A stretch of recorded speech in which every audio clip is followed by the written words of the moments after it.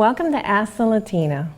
According to statistics from the Hispanic National Bar Association, Hispanics, who are 18% of the population, comprise about 4% of the U.S. lawyers. For Latinas, these numbers are even smaller. Latinas account for less than 2% of American lawyers. Underrepresentation of Latinos in the law impacts the Hispanic community's advancement. We need to change these statistics. So today, our guest is Veronica Beltran, a law student at University of Detroit Mercy School of Law.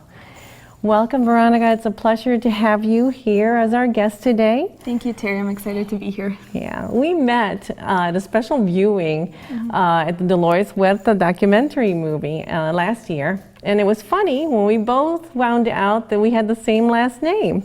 No relation, but it's a rare to find Beltran among Latino population. And I believe Beltran name originates from France, but we find it in last name in South America, Beltran in Bolivia for me, and in Mexico for Veronica. So sometimes I like to say I may be related to Carlos Beltran, the baseball player. Maybe I can get some VIP tickets. Veronica, tell us about your growing up and what inspired you to study law? So I was born and raised in Holland, Michigan. That's on the west side of the state. And I think a lot of my upbringing in my family inspired me to study law. I grew up in a community where we had migrant camps. So we had migrant workers that would come during the season. And there was also a large immigrant community, especially from Mexico in the city of Holland. So growing up in the 2000s, there was raids that would happen in Holland. There was separations of families. So what's happening in today's current climate isn't anything really new for me because I've seen it growing up.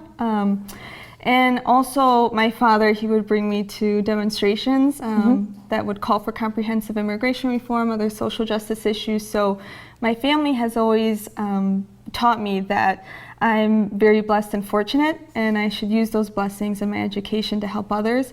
So that's one reason why I went into law, because of those statistics you just stated, is not only Latinos make a small percentage of the legal field, but Latinas ourselves make an even much smaller percentage.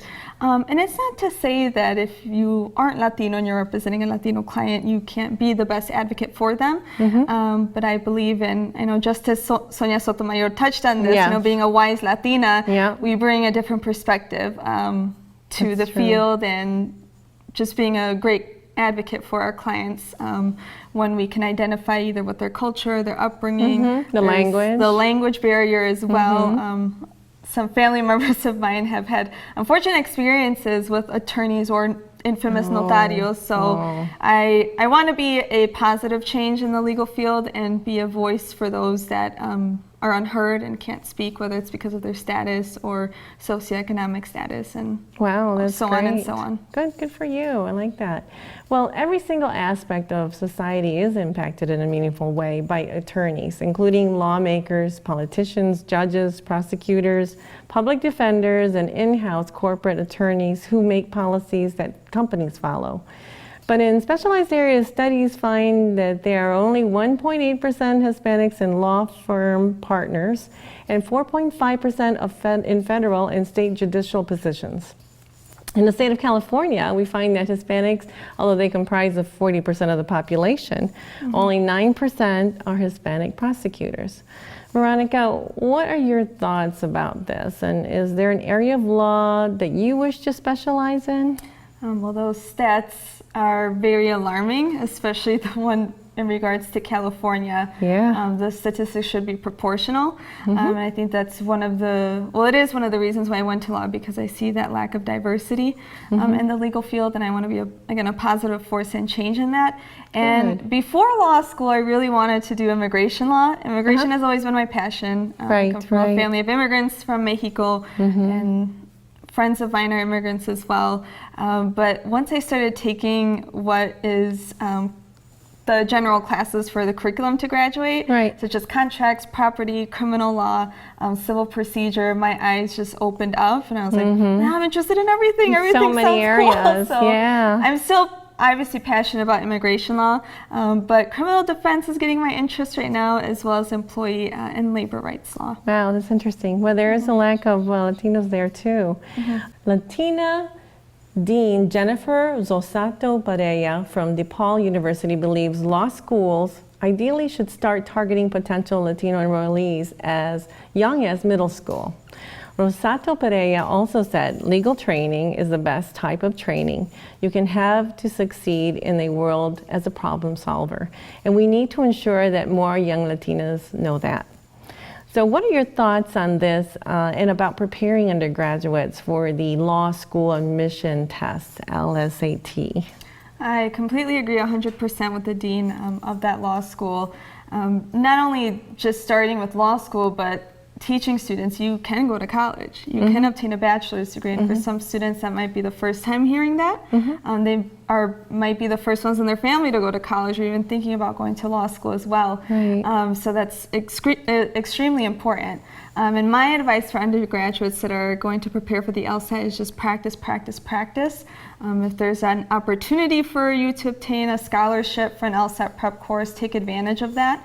If not, if that's too costly, it's out of your budget, there's so many public libraries that have free LSAT prep books that you can rent out. The LSAC website, where students actually have to apply for a law school, also has practice books. Amazon, there's so many online resources now where you can practice, time yourself, focus on maybe reading comprehension is my strong suit and I need to focus on the logic game. So That's you won't know great. until you practice and figure out what it is that you need to target on, as well as knowing what the score, the minimum score that's required for the law school that you want to apply to is important too, so you can aim for that and basically practice for that. Okay, so that's good.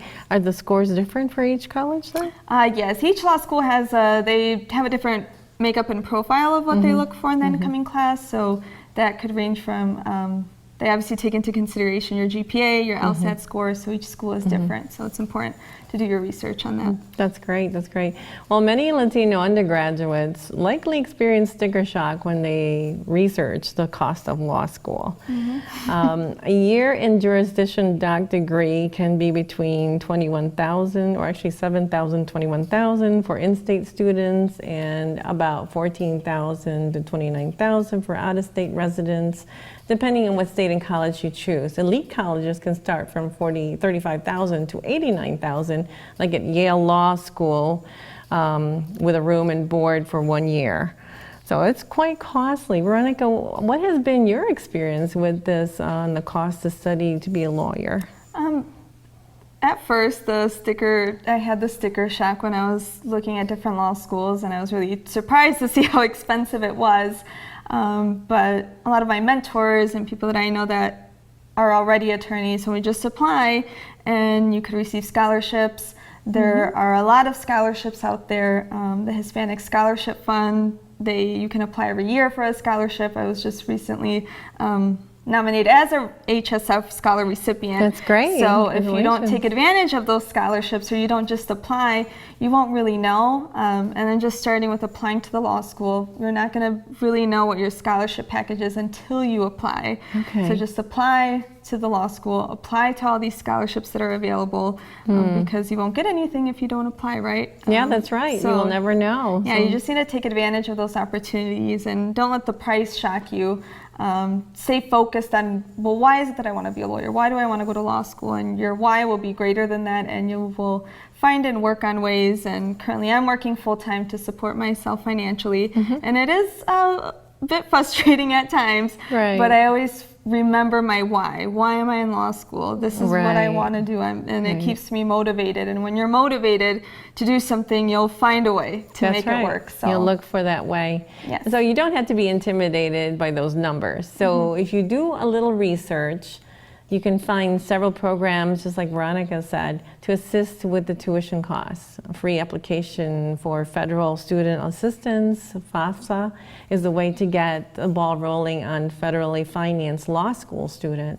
And look into campus-specific law school grants and scholarships. There are also women and minority-specific educational funds.